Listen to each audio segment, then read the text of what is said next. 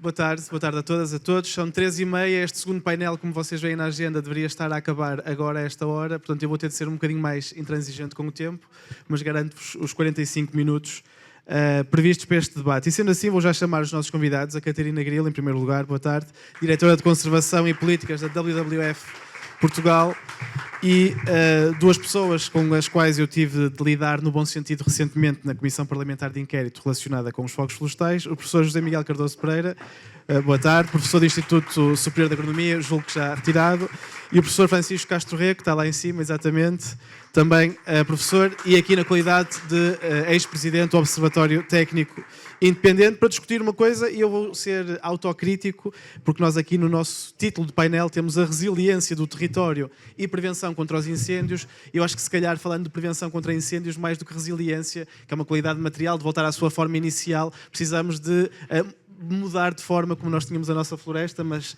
é também disso que vamos falar agora um bocadinho.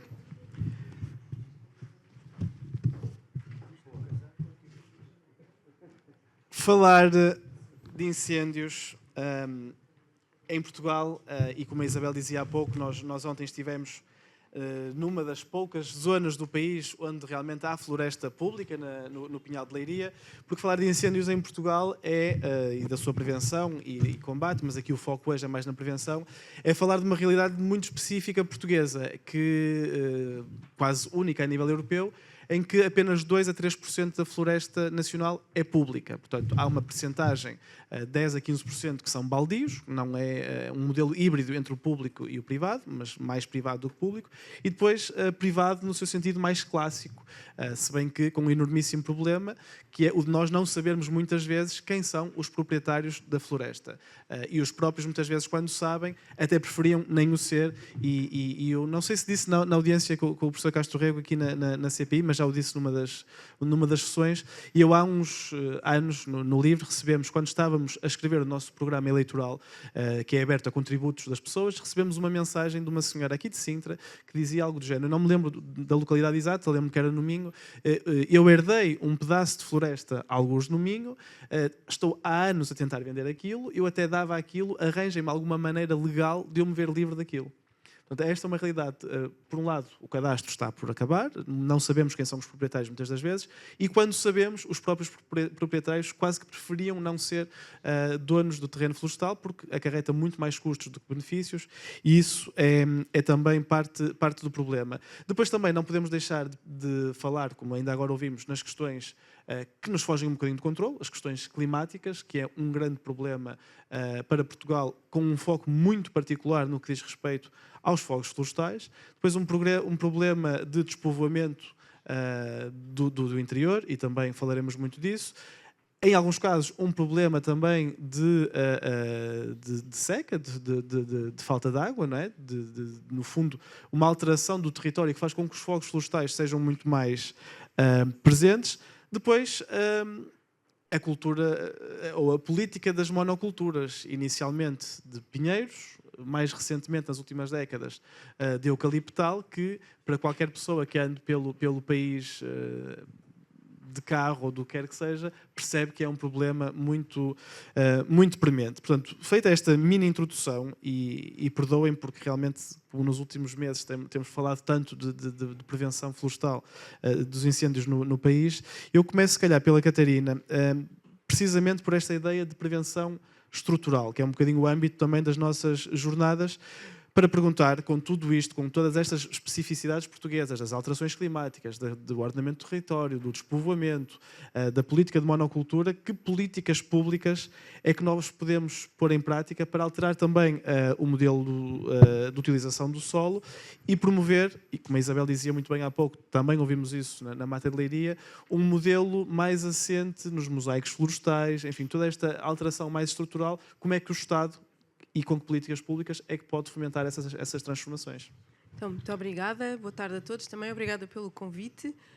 Eu, como trabalho no engenharia de ambiente, eu vou trazer uma perspectiva, se calhar, um bocadinho mais ambiental e menos de gestão da floresta, até do ponto de vista económico. Mas, procurando responder à pergunta, há um ponto de partida que eu acho que é essencial para todos nós, que é assumir que o fogo faz parte da paisagem. O fogo é um elemento natural das paisagens do Mediterrâneo. nós não vamos acabar com os incêndios, nós queremos é torná-los menos devastadores e com a grande dimensão que têm alcançado, então, particularmente nos últimos anos. Portanto, o fogo faz parte de uma estratégia também de gestão da paisagem. E isto é importante nós percebermos, porque assistimos, no fundo, um bocadinho no debate público a esta ideia de que temos que acabar com os incêndios. Este é o primeiro ponto. Que modelos é que nós queremos da gestão do território? Queremos que... Quer dizer, eu acho que, e aqui depois os meus colegas de painel saberão certamente, até o professor Francisco Castro Rico, que presidiu a Comissão Técnica Independente dos Incêndios, não é? Pode apontar ainda mais pistas. Eu vou apontar aqui três ou quatro que depois vêm ancoradas numa outra que eu depois também gostava de falar, que tem a ver com uma perspectiva até económica da gestão do território, não é? Que aquilo que nós assistimos em termos do que acontece, principalmente nas zonas rurais, também é um problema económico, não é? De falta de viabilidade, de modelos de gestão que permitam, de facto, reduzir a dimensão e o risco de devastação causada pelos incêndios. Portanto, há um ponto de partida também a priori, que é a questão económica e como é que nós transformamos a paisagem de uma forma que também seja economicamente apelativa, porque aquilo que nós vemos com a proliferação como falou, das plantações de eucalipto ou de pinheiro bravo, também tem um papel económico, mas respondem também a uma série de incentivos económicos.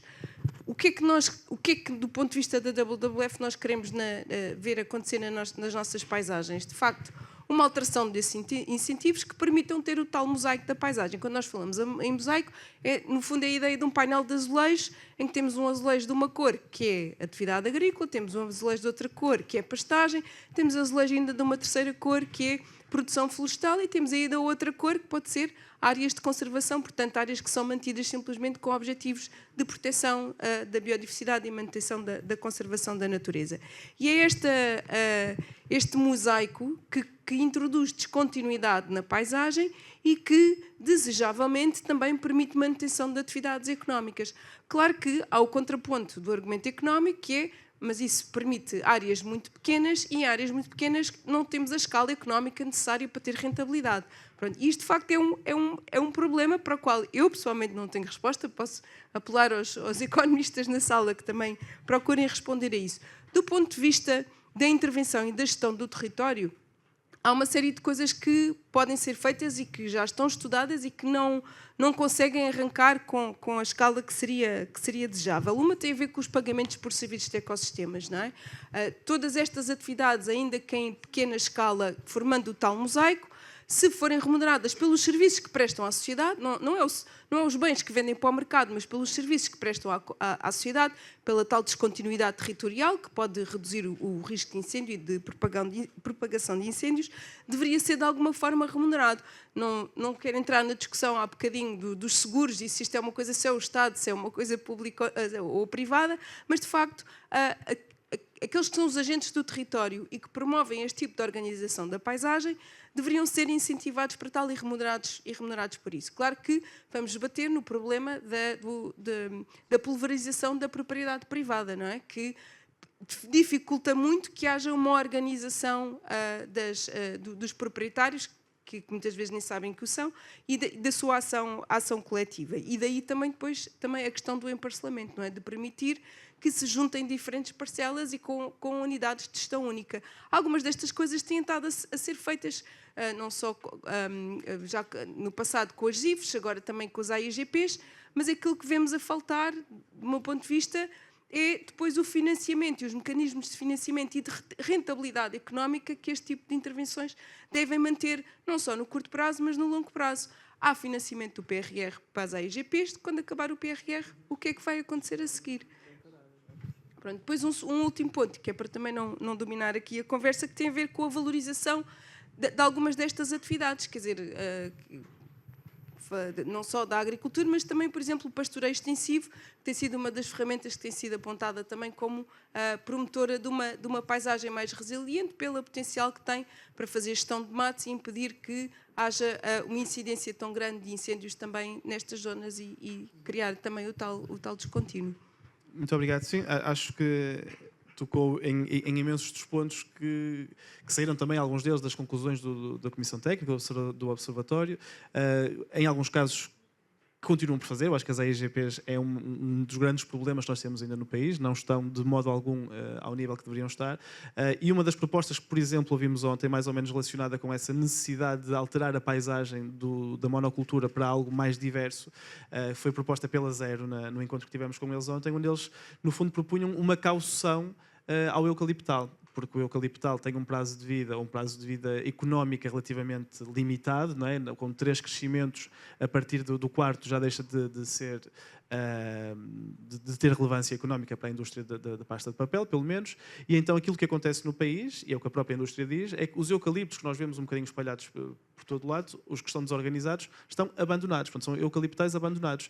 E aquilo que a Zero propunha, que nos dizia ontem, era uma espécie de caução, que é quando se autoriza a plantação de eucaliptal, sabendo que há este curto espaço de vida, há uma caução que é paga ao Estado e que depois, apenas com a remoção do eucaliptal no fim do seu período económico útil, de substituição por outras espécies mais indicadas ao território, então a caução é devolvida, e se não houver essa substituição, então o Estado, com o montante dessa caução, faz a limpeza. Eles deram-nos os números, eu não me lembro, mas eles deram-nos os números de custos, portanto a própria Zero já pensou um bocadinho em detalhe nessa proposta, que me pareceu muito interessante. Mas eu vou perguntar aqui ao professor Cardoso Pereira algo que trabalhou, e eu estava até a reler há pouco as respostas que enviou à Comissão Parlamentar de Inquérito, que foram muito detalhadas, algumas delas até desafiantes e desafiadoras para aquilo que tem sido muitas vezes discutido quando falamos de fogos florestais, mas esta questão cultural do fogo, não é? A questão de que o fogo não é forçosamente mau, que o fogo até é necessário, nomeadamente quando falamos de fogo controlado, que, e aqui é a opinião pessoal, está muito longe de ser utilizado como deveria e poderia ser utilizado no nosso país. E o professor fala muitas vezes deste paradoxo do fogo, não é? Que nós temos agora muito menos ignições do que há poucas décadas, mas apesar de tudo as áreas ardidas são muito maiores, e isso também porque há uma acumulação da carga combustível, porque há menos ignições. Portanto, eu se calhar perguntaria então, se nos podia detalhar um bocadinho esta ideia do paradoxo do fogo, que eu acho que é muito interessante, e depois como é que vê a questão da utilização ou não do fogo controlado, sabendo que a sua utilização é exigente, exige autorizações, exige um contacto com as autarquias. Cada uma delas é diferente, estamos a falar de mais de 300 realidades diferentes no país, mas como é que nós podemos então recorrer, se é que é a sua opinião, eu julgo que sim, a mais fogo controlado para depois evitarmos também então estes fogos tão extensos como aqueles que temos verificado? E uma nota para quem não sabe, o fogo com uma área ardida de maior dimensão jamais registrada em Portugal aconteceu o ano passado, em 2025. Portanto, é esta a realidade que nós temos tido em mãos. Jorge, eu vou responder às suas 2 perguntas, mas primeiro tenho que fazer a ressalva que foi o meu colega Francisco Rego quem basicamente introduziu ambos os conceitos na discussão do fogo em Portugal, tanto o fogo controlado como o paradoxo do fogo. Mas eu vou atrever-me a dizer alguma coisa sobre o assunto. O paradoxo do fogo é esta ideia de que se em sistemas de gestão do fogo em que se investe muito em combate e se investe pouco em prevenção, nomeadamente em reduzir as cargas de combustível, vai-se reduzir a área queimada em cada ano. Isso aparentemente parece uma coisa boa. Agora, o que acontece é que se aquela vegetação que não ardeu vai continuar a crescer. E, portanto, o que acontece é que, se nós não fizermos em paralelo a redução dessa acumulação de vegetação, com o fogo controlado, com a pastorícia, com limpezas mecânicas, com o que quer que seja, estamos a cavar a nossa própria sepultura. Estamos a acumular combustível e depois quando é que ele vai arder? Vai arder naquelas situações meteorologicamente mais severas, que é quando é maior a probabilidade de uma qualquer ignição escapar ao controle. E, portanto, isto a curto ou médio prazo é contraproducente. Os americanos dizem que começaram por fazer enormes disparates e depois perceberam como é que a coisa funcionava, dizem que estes sistemas são vítimas do seu próprio sucesso. E é isso que já está instaurado em Portugal. Eu tenho pena de não vos poder mostrar aqui uns bonecos, uns mapas que fizemos ontem a outro propósito e que são extremamente esclarecedores desse ponto de vista.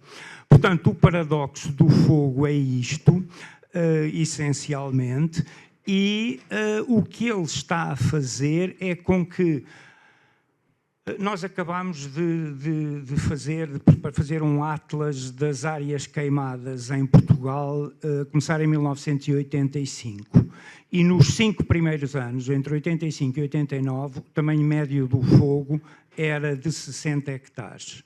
Nos últimos 5 anos, entre 2021 e 2025, o tamanho médio é de 120 hectares. Nos primeiros 5 anos, o maior fogo tinha 10.000 hectares. Nos últimos 5 anos, o maior fogo tem 65.000 e há vários de 50.000 e 40.000 e etc. Há uma redução brutal do número de fogos e isto é uma das dimensões do paradoxo do fogo. Estamos a suprimir os fogos pequeninos, os fogos fáceis, nos territórios menos problemáticos e nos dias com meteorologia menos problemática e estamos a deixar acumular o combustível que depois vem acabar por arder nestes monstros. Portanto, não é só um conceito. Quando nós comparamos uma cartografia de há 40 anos com a atual, o padrão está lá, manifestado, digamos. A questão do fogo controlado, nem todo o fogo é mau, é fogo bom. Há um provérbio que acho que frequentemente é atribuído à Escandinávia, a algures, que é que o fogo é um bom criado, mas é um mau patrão. O fogo controlado é o fogo bom criado. E tem preceitos, regras, normas para ser executado. Tipicamente é feito no inverno, ou digamos no semestre que vai de novembro a abril, grosso modo, digamos, e escolhem-se dias com alguma umidade, em que a vegetação já esteja suficientemente seca, com um vento fraco, de maneira que se possa queimar com segurança. Sem deixar que o fogo se descontrole e então passe a ser fogo descontrolado. Isso estava muito associado à pastorícia tradicional de montanha, que é uma atividade que está a decair bastante e, portanto, temos áreas substanciais do país onde o fogo controlado está associado a esta atividade, está em decréscimo e corremos o risco de que esses territórios transitem de um território onde o fogo era usado como ferramenta de gestão para um território onde o fogo é uma catástrofe ambiental. E não estamos a fazer o suficiente na matéria por um conjunto de razões. Há aversão ao risco, tanto institucional como pessoal. Não há um orçamento dedicado que permita fazer planeamento a prazo. Há um número substancial de pessoas qualificadas, mas se calhar não há assim um número tão grande como isso, de pessoas capazes de fazer bom planeamento e acompanhamento e gestão da operação a um nível de competência e de hierarquia um pouco mais alto de quem é simples executor das queimadas. A questão que há bocado foi referida de haver muito pouco espaço público também torna mais problemática a execução.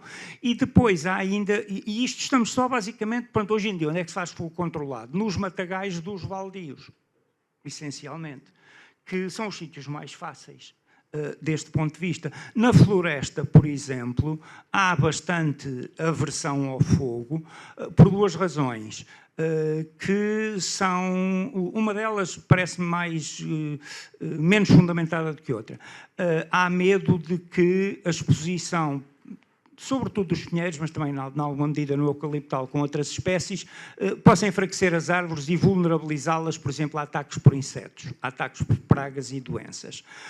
Mas é uma preocupação que, do ponto de vista da fundamentação científica, acho que não é assim tão sólida como isso.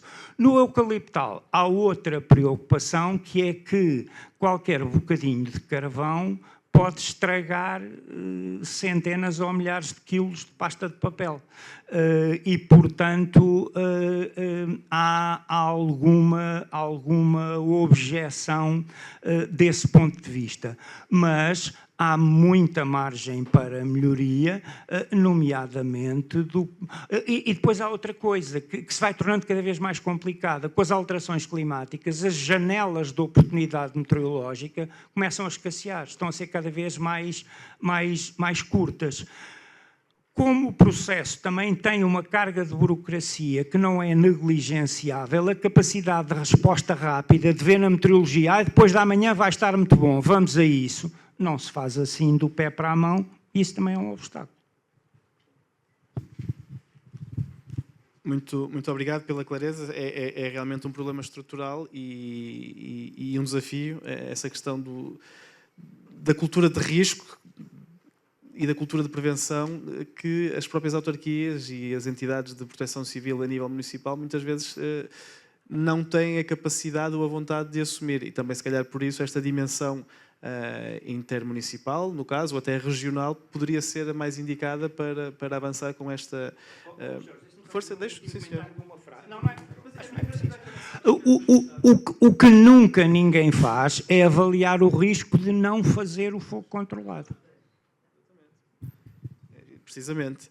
Eu passo então ao professor Castro Rego, que ainda há pouco tempo tive também a oportunidade de colocar algumas questões, que teve um papel central e é responsável, no bom sentido da palavra, não é? O corresponsável por todas as alterações que aconteceram ao nível da política de prevenção no nosso país. Pronunciou-se várias vezes em relação a isso, ao facto de Portugal não aprender com os erros e nós precisarmos de aprender com esses erros, ter essa política mais de prevenção. E os números mostram, nós passamos de orçamentos praticamente exclusivamente dedicados ao combate, portanto, àquela fase de combate ao fogo. Hoje em dia ainda não está 50-50, mas os números estão bastante próximos entre aquilo que é combate e aquilo que é prevenção. E certamente os eventos, os fogos de 2017 não foram alheios a isso, o trabalho do Observatório Técnico e das comissões não foi alheio a isso. Há agora aqui um desafio, que é, enquanto o combate... e se calhar às vezes até de maneira excessiva, ocupa os noticiários, ocupa a agenda mediática durante semanas, até durante meses, aquilo que é a prevenção, que por natureza é mais invisível, está um bocadinho fora. Portanto, a minha primeira pergunta é se não acha que esta diferença entre visibilidade e invisibilidade pode colocar em causa esta distribuição orçamental para a prevenção e para o combate. E aqui um pequeno parênteses, o facto de nós termos uma comissão parlamentar de inquérito, que felizmente tem dado para muitas outras coisas, mas que é dedicada aos supostos negócios dos fogos florestais e não à questão da prevenção, mostra muito bem que o foco muitas vezes não está onde deveria estar. Portanto, esta é a minha primeira pergunta. E a segunda é, em termos então de prevenção, onde é que deve estar o foco? A Catarina já falou das AIGPs, que eu acho que é uma área importante. Já falámos aqui de organizações de produtores florestais. Eu acho que esta ideia de mutualização é importante. Pagamentos de ecossistemas também já aqui foram trazidos. Portanto, que propostas é que nós podemos ter em cima da mesa para então também dar mais visibilidade e um bocadinho aquilo que a Luísa Schmidt dizia há pouco e com o qual eu concordo plenamente. A pessoa até pode ter uma muito boa consciência ambiental e até ambientalista, mas na prática é aquilo que vai afetar o seu bolso que vai ter uma consequência mais imediata. Portanto, alguém que tem de limpar um terreno florestal que custa milhares de euros essa limpeza, se não houver algum tipo de retribuição, dificilmente podemos convencer a pessoa por um princípio ambientalista a fazê-lo. Portanto, como é que nós podemos, enquanto Estado, apostar também mais nesta política de prevenção, dar-lhe mais visibilidade e fazer com que este envolvimento das pessoas, desde logo dos produtores florestais, possa também contribuir para esta política de prevenção? Bom, em primeiro lugar, obrigado pelo convite. É um gosto ter esta plateia e estes colegas de painel. Dizer-vos, eu gostava sequer de começar ainda um bocadinho com o Pinhal de Leiria. Porque o Pinhal de Leiria, sendo uma pequenina área que é do Estado, pode, digamos, dar logo ali umas indicações muito interessantes. Uma primeira, diria eu, é a questão do fogo controlado. O fogo controlado, Portugal foi o pioneiro na utilização do fogo controlado no Pinhal de Leiria, há 200 e muitos anos, registando quais eram as condições técnicas em que o fogo se poderia fazer e dizendo que era a utilização do fogo controlado a única maneira de ver aquele pinhal protegido dos grandes incêndios de verão. Nós perdemos completamente essa ideia e as boas ideias pioneiras vão se esquecendo. E, portanto, temos aqui um historiador, não é? Portanto, nós perdemos muito em não aproveitar com a história que nos dá elementos importantíssimos. E uma outra área do Pinhal de Leiria que é muito importante, que é esta mistura entre níveis de decisão. O nível de decisão nacional, com o ICNF, com os serviços florestais que estão estruturados, digamos, enfim, um bocadinho numa lógica de mandato de outros tempos ainda, com um nível municipal e um nível local que não é envolvido nas decisões. E esta é uma questão, para mim, completamente fundamental. Se queremos envolver os agentes locais, as organizações locais, ambientais, culturais e outras, na gestão, não é só depois da catástrofe, é durante a gestão, o tempo da gestão do pinhal. Eu julgo que este é um aspecto também absolutamente fundamental. Um terceiro ponto é, então, como é que se podem envolver as pessoas com a economia, não é? E aí, claramente, o fogo controlado, do ponto de vista económico, não é um custo, não é um ganho. O pastoreio já pode ser um ganho, mas é muito difícil, ninguém vai pôr nem uma cabra a pastar agulhas do pinheiro bravo. Portanto, nem o eucalipto, nem folhas de eucalipto, portanto, há aqui assim, digamos, os combustíveis piores não são, digamos, também consumíveis nem pelas cabras mais apuradas. E, portanto, o que é que há que resolver? O que é que há que resolver? E aqui o Pinhal de Leiria tem outra vez um exemplo muito importante, que é o exemplo do Marquês de Pombal, que levou as fábricas de vidro para a Marinha Grande exatamente para utilizar as lenhas e o combustível que a floresta proporcionava. E aí é a solução inteligente. É utilizar de uma forma económica um combustível que é produzido naturalmente e que, ao ser utilizado, ao mesmo tempo protege a própria floresta. Portanto, é 2 em 1. Toda a gente ganha. E eu julgo que tem sido, e julgo que era importantíssimo nesta fase em que o problema do paradoxo do fogo é o combustível está a aumentar. Nós sabemos todos, a nível internacional, os problemas que Hormuz, digamos, a gestão do combustível é sempre uma coisa fundamental, até a nível internacional, e, portanto, nós produzimos combustível e deixamos-lo arder durante o verão. Nós temos equipas de sapadores florestais, centenas de equipas de sapadores florestais que o que fazem é aquilo que geralmente agora se chama de limpeza da floresta. O limpeza é sempre um termo bastante discutível, mas pronto. Estão a fazer a gestão do combustível da floresta. Cortam aquele mato, cortam a lenha que não é necessária e estão a fazer essa gestão. E depois, aquela biomassa, aquele combustível que é cortado, não tem utilização, tem que o queimar muitas vezes no local. Portanto, se houvesse, digamos, a nível nacional, com um empenho muito grande das autarquias, esquemas de utilização dessa biomassa a nível local que pudessem ser utilizados, metade do trabalho, grande parte do trabalho já estava feito com a necessidade da limpeza florestal, portanto já não era um custo total, e essa utilização dessa biomassa residual podia ser extremamente útil, não só para sermos energeticamente mais autossustentáveis, porque é qualquer coisa que a natureza nos oferece, como também termos uma melhor prevenção nos incêndios. E, portanto, se desse à parte da gestão da utilização da biomassa para energia, em pequenas utilizações a nível local. Centrais de geração elétrica. Centrais de gestão elétrica, aquecimento de piscinas, autarquias, pequenas utilizações de proximidade que diminuíssem os custos de deslocação dessa biomassa, nós tínhamos o 2 em 1. E tínhamos a possibilidade de também dar a esta utilização da biomassa, pelo menos, um relevo e uma importância idêntica àquela que damos às outras alternativas de utilização de energia sustentáveis. Painéis solares. Os painéis solares por todo o lado. Quer dizer, as árvores são painéis solares elas próprias, quer dizer, elas próprias retêm com a fotossíntese, criam energia, criam biomassa, portanto as árvores também fazem esse papel. Mas temos dado um privilégio imenso a essas hipóteses de utilização energética, de alternativas energéticas. As eólicas, com impactos, para mim, muito graves, muitas vezes, ao nível da qualidade da paisagem, a nível a outros níveis, mas também são importantes para termos um mix energético.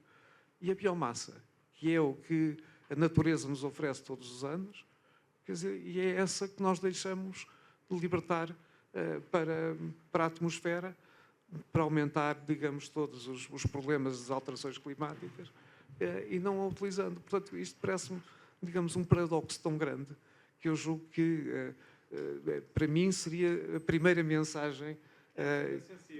É um tema muito sensível, mas é um tema fundamental, porque sem isso eu acho que não temos capacidade de resolver este problema, dando uma componente económica à gestão florestal e, com isso, minimizando também o problema dos incêndios. Muito obrigado. Não, é um tema realmente sensível. Eu não sei se a Catarina Grilo, enquanto diretora também da parte da conservação da WWF, se quer pronunciar sobre isto, porque realmente a questão de centrais de geração elétrica a partir de biomassa é uma discussão não recente no nosso país, com muitas perspectivas, com um bocadinho como em quase tudo, mas com pontos fortes e pontos fracos, digamos, eu diria quase que se anulando mutuamente, mas acho que é um assunto que pode estar pelo menos em cima da mesa, ou que deve estar em cima da mesa também. Mas, Catarina, eu se calhar perguntava também, por aquilo que está no relatório que a WWF fez recentemente, e em particular, e muito relacionado com isto também, com aquilo que está lá no que diz respeito ao restauro de ecossistemas.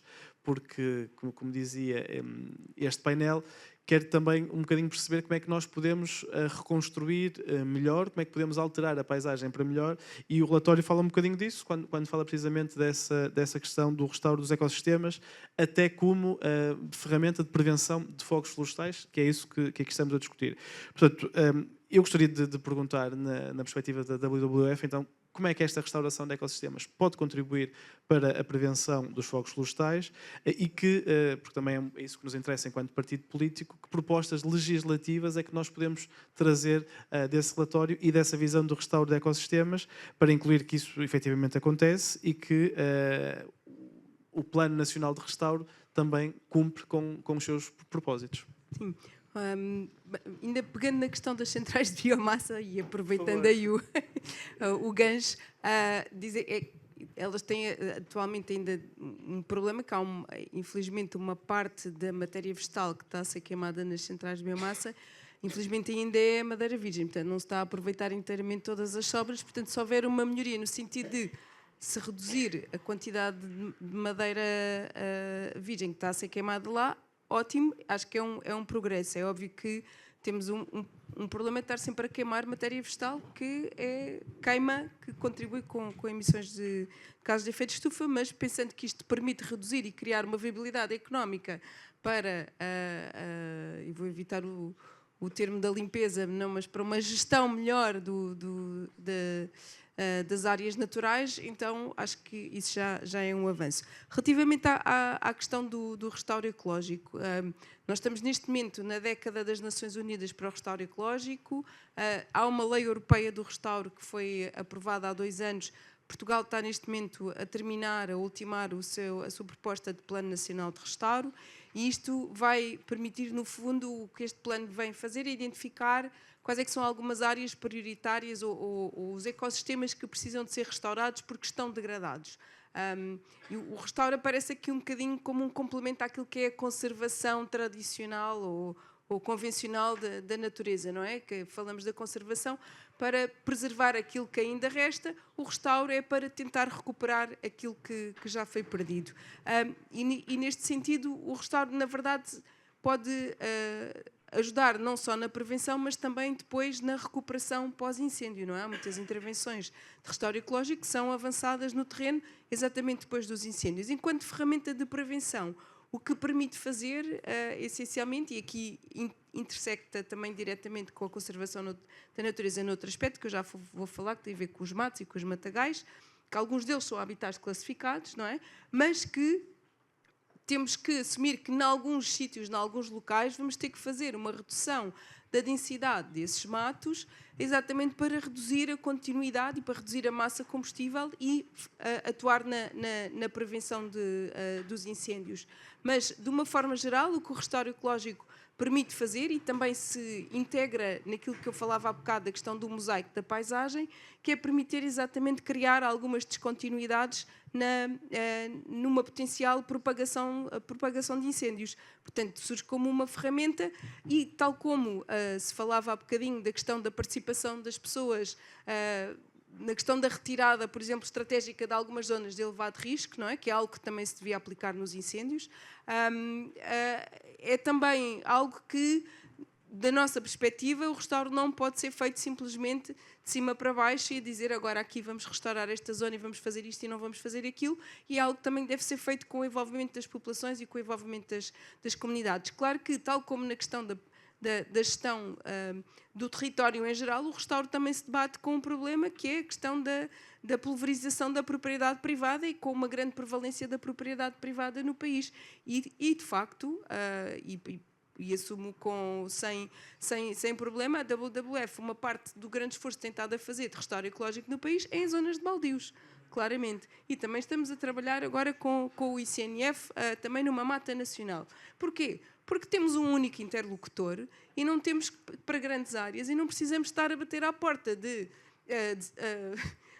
centenas de pessoas, não é? Para ter meia dúzia de hectares, porque há não sei quantos herdeiros, fora aqueles que depois não se entendem, não é? Portanto, isto de facto é um problema a montante de toda e qualquer gestão de território, independentemente de ser o restauro, ou de ser a prevenção de incêndios, ou de ser outra coisa qualquer, é a pulverização da propriedade privada. Portanto, eu sei que também há uma série de propostas e de tentativas já de acabar com o atual sistema de heranças, não é? Que, de facto, incentiva que haja esta pulverização da propriedade privada, mas, para além de travar a montante, isto também tem que se começar a pensar nas tais soluções de agrupamento de proprietários, de identificação da propriedade e que estes proprietários, no fundo, funcionem como os condomínios, não é?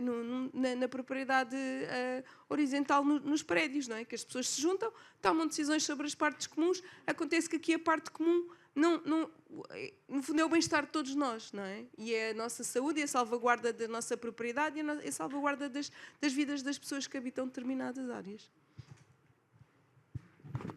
Obrigado. Não podia concordar mais. E acho que essa questão da mutualização dos custos, dos benefícios até da própria floresta tem de ser um assunto-chave quando falamos de prevenção e quando falamos... Força. Posso só acrescentar uma coisa, mas tem que haver os incentivos para isso, Exatamente. não é? Porque se toda a carga aqui o José Miguel Cardoso Pereira falava da carga burocrática para se fazer uma queimada, não é? Que é uma coisa que aparentemente simples, mas a carga burocrática para as pessoas se organizarem e agirem coletivamente, não é? De uma forma concertada, isto também se é muito obstacularizado, as pessoas não se vão organizar nem vão conseguir ultrapassar essas dificuldades, porque se para além das dificuldades de entendimento comum, não é? De definir, ok, isto é e debater o que é que nós queremos fazer, quais é que são os nossos objetivos, onde é que vamos buscar os meios. Se ainda por cima não tem uma série de dificuldades para formalizar esse tipo de organização, a coletiva, então torna-se muito mais difícil conseguir chegar a algum lado. Não, agradeço. Acho que é um assunto-chave. Eu, tentando respeitar aquilo que me propus de horizonte temporal, vou fazer duas perguntas José Miguel Cardoso Pereira, distintas, portanto, pegue nas duas, pegue apenas numa, como quiser, mas que se prendem com as respostas que deu à Comissão Parlamentar de Inquérito e coisas que me interessam muito. A primeira prende-se com a questão do dolo criminal ou criminoso no fogo. E eu posso dizê-lo, porque as CPIs são públicas, são transmitidas. Um deputado do Chega, numa das sessões, questionou um professor universitário, já não me recordo quem, e basicamente dizendo, sabe que a maior parte dos portugueses e eu próprio acha que a maior parte dos fogos florestais é fogo posto criminoso. E a pessoa responde, bem, muito bem, eu percebo que possa achar, mas os números dizem-nos que anda à volta de 30%. E aí o Sr. Deputado Chega e insiste, sim, mas sabe que os portugueses acham, e eu também acho que a maior parte é fogo posto. E o professor tenta novamente explicar, sim, é uma percepção, mas as percepções e a ciência nem sempre vão de mãos dadas. A conclusão é, a terceira, e não estou a mentir, isto é público, repito, sim, muito bem, mas eu e os portugueses vamos continuar a achar que a maior parte dos fogos é fogo posto. E nas respostas que nos deu, o selecionador nacional acha que a seleção de boa... Também, pronto, exatamente. Portanto, aí os problemas das percepções. Mas diz uma coisa que me pareceu particularmente relevante e que ainda mais ninguém trouxe para este debate na Comissão Parlamentar de Inquérito, que já ouviu muitas pessoas, que se prende precisamente com a categorização dos fogos e uma crítica que faz, por isso eu na minha introdução dizia que tenho trazido algumas coisas um pouco polémicas, como esta da caracterização enquanto vandalismo dos fogos florestais, que na sua ótica, e já terá certamente a oportunidade de falar disto, pode estar a aumentar, na verdade, o número de fogos considerados como criminosos ou com dolo, pode até não ser tão alta como é. E que, no fundo, como nós vemos por esta atitude do deputado Chega, na verdade ocupa muito mais do que um terço da discussão pública. Portanto, a minha primeira pergunta é como é que nós podemos também, se é que é possível, alterar um bocadinho a percepção no que diz respeito às origens e às causas dos fogos florestais, que sim, de causa humana, mas não forçosamente com intuitos criminais. Peço desculpa. A primeira pergunta. E a segunda pergunta, para um relatório que também faz referência, eu imprimi as respostas que deu, a um relatório que faz referência, um relatório internacional, com o título em inglês Changing Wildfires, Policy Options for a Fire Literate and Fire Adapted Europe, onde entre as opções de políticas que o relatório dá, eu não vou citar todas, mas fala em coisas como adotar uma abordagem integrada para a redução de riscos de incêndios rurais, adotar soluções baseadas na natureza para a redução do risco de incêndios rurais, reconhecer o papel ecológico e cultural do fogo, como também já aqui falamos, reforçar a capacitação em educação e comunicação do risco, adotar a gestão da paisagem para reduzir a vulnerabilidade. Portanto, ainda há outras opções e considerações de políticas. Portanto, a minha segunda pergunta é: o que é que deste relatório, destas opções políticas identificadas no relatório, já está em andamento no nosso país? O que é que ainda não está e poderia e deveria estar? Obrigado, duas belas perguntas. A primeira, realmente, faz-me alguma comichão aquela taxonomia de causas dos fogos e, sobretudo, o chamado incendiarismo. O grande grupo de causas, que é o incendiarismo, tem como uma subcausa o vandalismo. E o incendiarismo, nas estatísticas oficiais, representa 30% das causas, e eu acho que suspeito que esse número está inflacionado por causa da contribuição do vandalismo. E é que o vandalismo não é uma causa, quando muito é uma motivação. E o vandalismo é dizer que um fogo foi ateado por vandalismo, ou há uma pessoa que é apanhada em flagrante delito, ou que confessa, ou, não sendo assim, estamos a fazer um julgamento de intenções. Porque é altamente subjetivo, sobretudo num sistema em que a identificação das causas é feita pelo chamado método da evidência física. Vai-se ao terreno, procura-se, e há técnicas para fazer isso, procura-se o local onde começou o fogo e daí deduz-se o que é que o pode ter causado. Porque há um resto de uma cana de foguete, porque há uma mancha de que ali alguém fez uma queimada, porque há uma evidência física. O vandalismo é um julgamento de intenções. Portanto, tem um grau de subjetividade. Eu acho que era precioso se alguém, não sei se é no Centro de Estudos Judiciários, se é nas faculdades de Direito, que fosse pegar, bastava em 2 ou 3 anos, as fichas da GNR ou da Polícia Judiciária dos fogos classificados como de vandalismo e fosse analisar um a um quais eram as provas, quais eram os elementos de prova jurídica, a evidência que levou àquela classificação. Porque depois, como eu digo, e digo porque é do consenso, nomeadamente da literatura, há uma tendência institucional para não se gostar de que haja uma percentagem alta de fogos com causa indeterminada. E, portanto, há a tentação para uma classe que é para varrer coisas para dentro de uma caixinha que ninguém pode nem bem confirmar, nem bem desmentir. Portanto, isto pode estar a causar uma distorção estatística muito perigosa do ponto de vista de influências, de distorção de políticas públicas, não é? A outra questão desse relatório, esse relatório foi feito no âmbito de uma Associação Europeia das Academias de Ciências. Portugal esteve representado pelo Tiago Oliveira, até recentemente presidente da AGIF, e eu pela Academia das Ciências de Lisboa. E eu acho que foi um relatório muito interessante, espero que venha a ser importante, pelo menos foi muito interessante, porque tem contribuições para aí de 23 ou 24 academias das ciências europeias.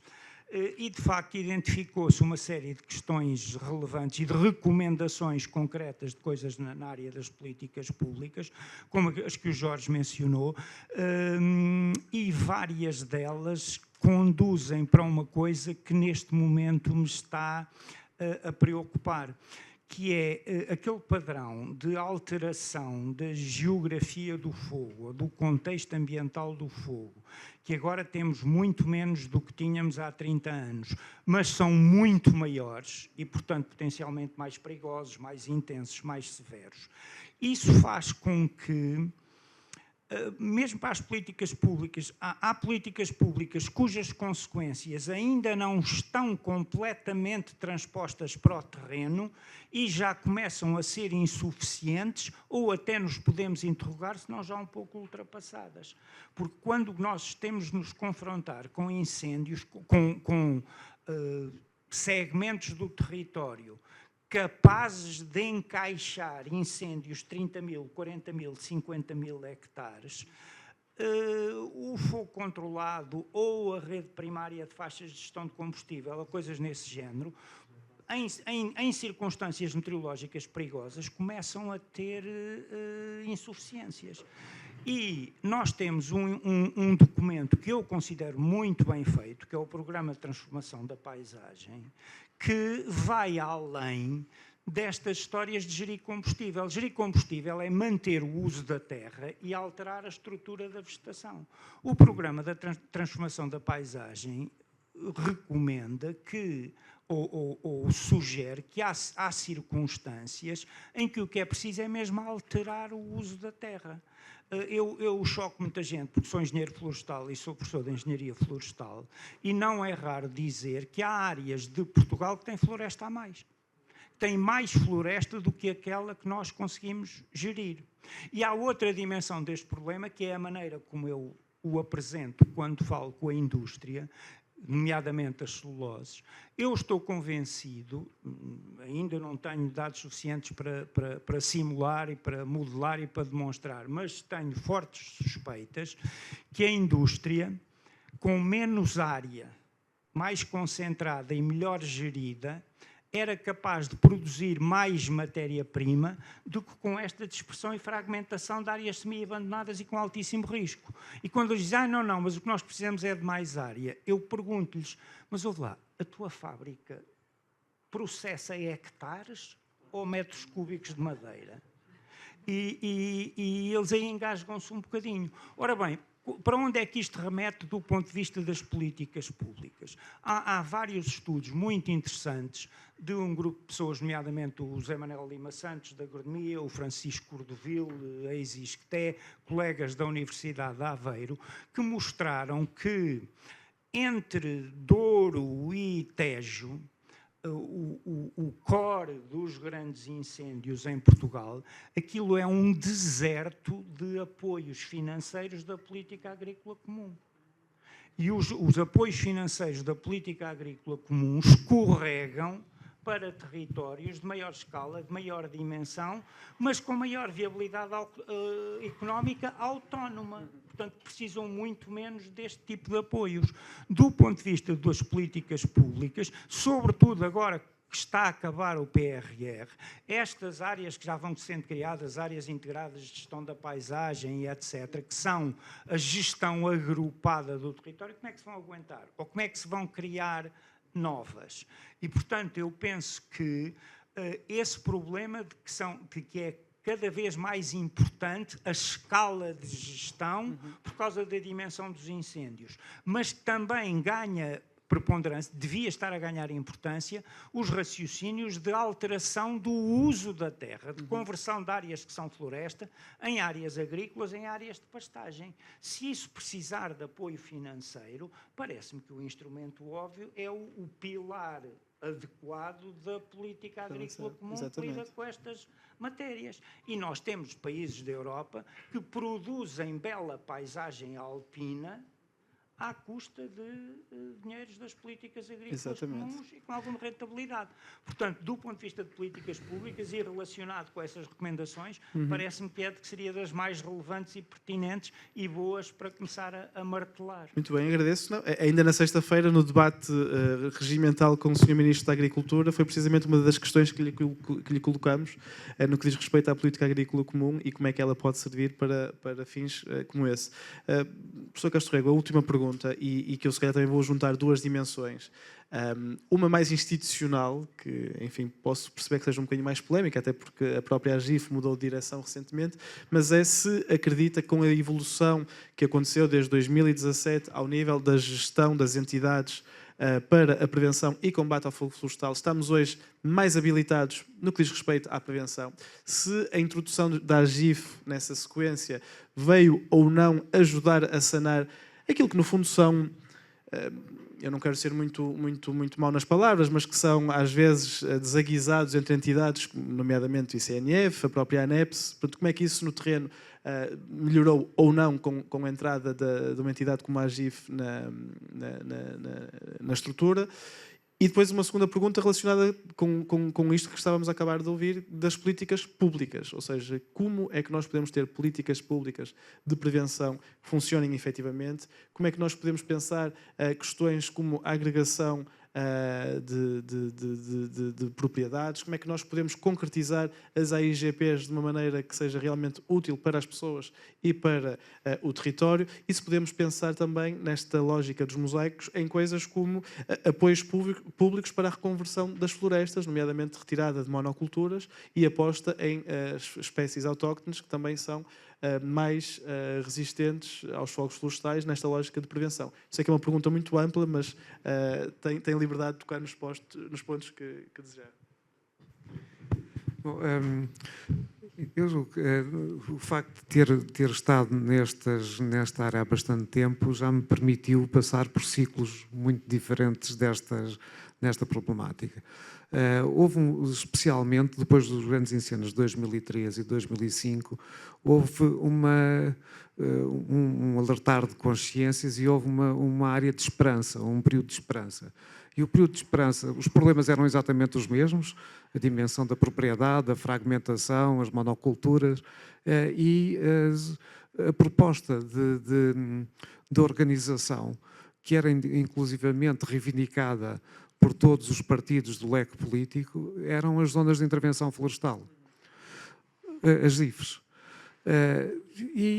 Parecia que estávamos todos num ambiente em que tínhamos aquilo que a Luísa Schmidt há pouco dizia, uma espécie de um acordo de regime. Pronto, parecia que aqui não havia dúvidas nenhumas.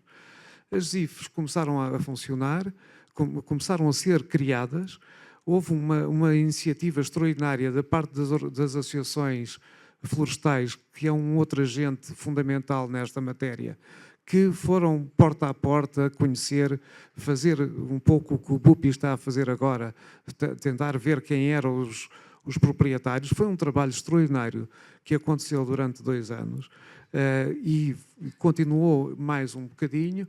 Foram criadas estruturas com quase perto de 1 milhão de hectares de áreas que eram associadas, que já tinham acordos dos proprietários que eram conhecidos e dos que não estavam, podia-se admitir que eles também estavam para aí inclinados, e agora era preciso dar o passo a seguir.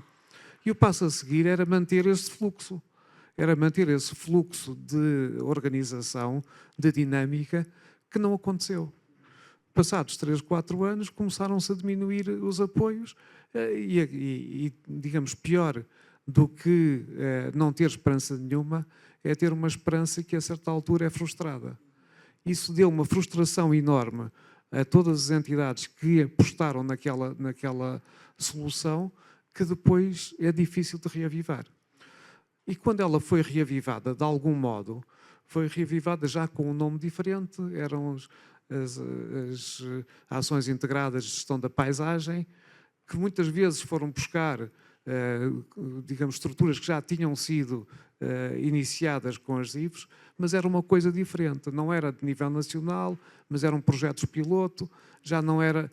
E, portanto, foi de algum modo, e bem, repescada, digamos, alguma daquela ideia. Mas a iniciativa que foi feita naquela altura foi perdida. Foi perdida. E isso é que no setor florestal não se pode ter. Quer dizer, não se pode começar uma política e descapitalizá-la 3 anos depois. Não se pode criar planos regionais de ordenamento florestal que nos dizem quais são as áreas e as zonas em que se deve privilegiar esta espécie ou outra, e passados uns meses depois as metas são completamente esquecidas e não são utilizadas. E depois não são repescadas sequer pelos planos de transformação da paisagem.